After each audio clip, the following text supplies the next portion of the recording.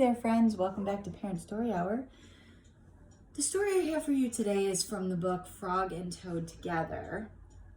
And this story is called The Dream. I kind of just wanted to read this because I read it the other day and I can't believe I was reading this, and I needed other people to hear it because it is so bizarre.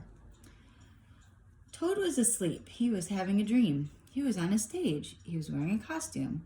Toad looked out into the dark. Frog was sitting in the theater. A strange voice from far away said, "Presenting the greatest toad in all the world."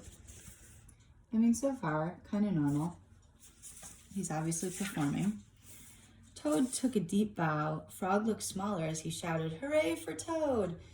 Toad will now play the piano very well," said the strange voice. Toad played the piano. He did not miss a note.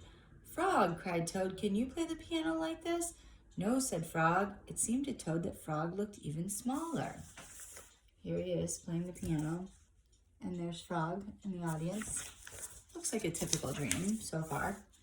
"Toad will now walk on a high wire, and he will not fall down," said the voice. Toad walked on the high wire. "Frog," cried Toad, "can you do tricks like this?" "No," peeped Frog, who looked very, very small. Okay, here's where it's getting weird. So Frog is either shrinking or evaporating. I'm not sure what's going on. "Toad will now dance, and he will be wonderful," said the voice. "Frog, can you be as wonderful as this?" As he danced all over the stage, there was no answer. Toad looked into the theater. Frog was so small, he couldn't be seen or heard. "Frog, where are you?" There was still no answer. "Frog, what have I done?" cried Toad.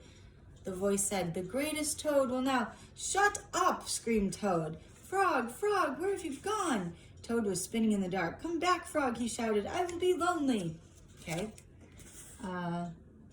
He's like plunging to his death in a theater, an empty theater, a dark, empty theater. "I'm right here," said Frog. Frog was standing near Toad's bed. "Wake up, Toad," he said. "Frog, is that really you?" said Toad. "Of course it is me," said Frog. And you're your own right size?" asked Toad. "Yes, I think so," said Frog.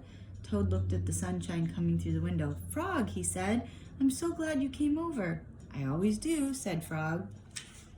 Then Frog and Toad ate a big breakfast, and after that they spent a fine long day together. Is there a different message in this story, perhaps, that the author wants us to know? Maybe Toad was bragging so much that he was making Frog look smaller? Maybe it was a psychological thing? I don't know. It was just the weirdest story out of the Frog and Toad books that I had to read this one. Anyway, that was the dream from Frog and Toad Together. If you have some ideas about what this might mean, maybe that the author was on some really heavy drugs when he wrote that one. Not sure. It was written a long time ago. Never know.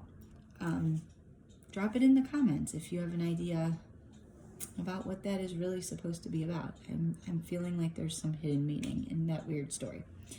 Okay, well, enjoy the weekend, and I hope everyone's staying sane and healthy, and we will be back on Monday with more Parent Story Hour.